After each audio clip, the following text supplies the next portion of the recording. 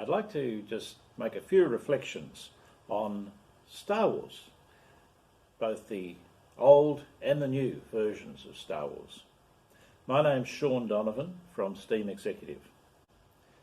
It was occurred to me to have a look at Star Wars from the perspective of the change over time between 30 years ago when the original was made and then 30 years later when the newer series came into being, from the perspective of management and teams and how we perceive the world, the differences between then and now. In the original Star Wars series, I mean the original ones, the protagonist, the young Luke character, was an unknown. He was unknown to everybody, he was unknown to himself, and he learns skills from an older mentor. Then he becomes part of a team when meets up with the other crew members on the Millennium Falcon and then with Princess Leia.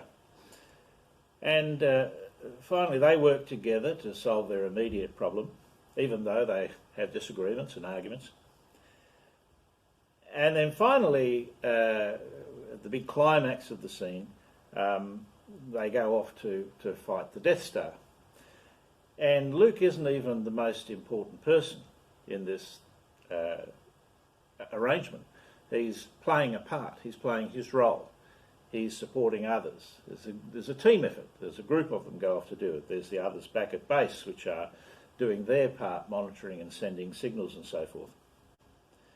So they work together to solve this problem, and he gets the opportunity to get off that last shot, the final shot, to actually destroy the Death Star. But even then, he still needs the assistance of the other people, and Han's coming in late in the piece to help him to do that.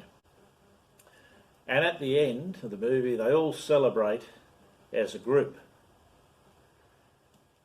In the new series of movies, the most recent ones, the protagonist is somehow special, always special from the start, and has these magic powers. They don't need a mentor.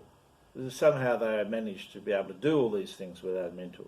And in fact, anyone else for that matter. They don't need anybody to be able to do anything. And at the end, it becomes a one-on-one battle between the protagonist and the evil emperor, who somehow has managed to come back from the dead from an earlier movie.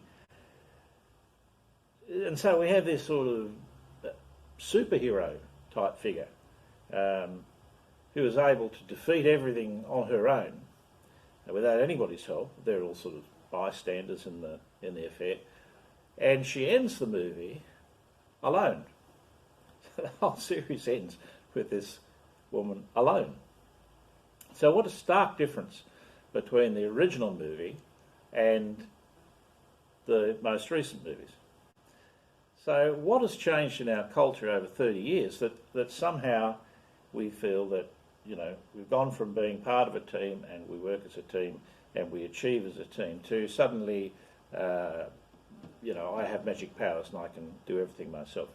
Perhaps it's because we're informed by 15 years of the iGeneration, the iPod, the iPhone, YouTube, these sorts of things.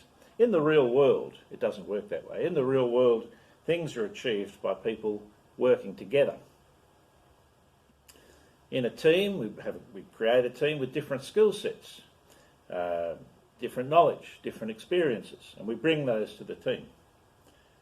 To contrast, or to keep on this sort of Star Wars motive, if you like, real space exploration, for example, is achieved by a lot of people, not just one, by a lot of people, bringing their unique skills to a team, and not by the superhero who can do anything they like by magic.